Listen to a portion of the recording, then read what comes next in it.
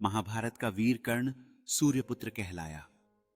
उनका जन्म माता कुंती के गर्भ से हुआ था, परंतु अविवाहित होने के कारण कुंती ने उन्हें नदी में बहा दिया।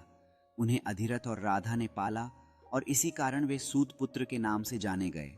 कर्ण धनुर्विद्या और युद्ध कला में अर्जुन के समान ही महान योद्धा बने, लेकिन समाज ने सदैव उन्हें उनके जन्म के कारण तिरस्कृत किया। दुर्योधन ने कर्ण की वीरता को पहचानकर उन्हें अपना मित्र बनाया और अंग देश का राजा बना दिया। कर्ण ने जीवन भर दानवीरता का परिचय दिया। वे अपने कवच कुंडल तक दान कर देने वाले महादानी कहलाए। युद्ध भूमि में उन्होंने धर्म के विरुद्ध खड़े होकर भी अपनी मित्रता और वचन का पालन किया। अंततः अर्जुन के हाथों वीर गति पाई। कर्ण की कथा त्याग, दान, मित्रता और अद्वितीय वीरता का प्रतीक है।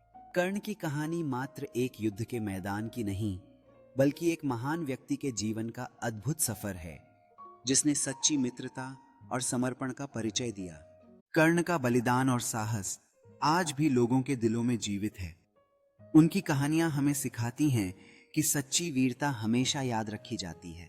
कर्ण की कहानियां न केवल वीरता की, बल्कि मानवीय मूल्यों और नैतिकता की भी हैं, जो नई पीढ़ी के लिए प्रेरणा का स्रोत बनती हैं। इस प्रकार कर्ण की कहानी ने न केवल युद्ध के मैदान को प्रभावित किया, बल्कि उसे एक नैतिक और शिक्षाप्रद कथा बना दिया, जो सदियों तक जीवित रहेगी।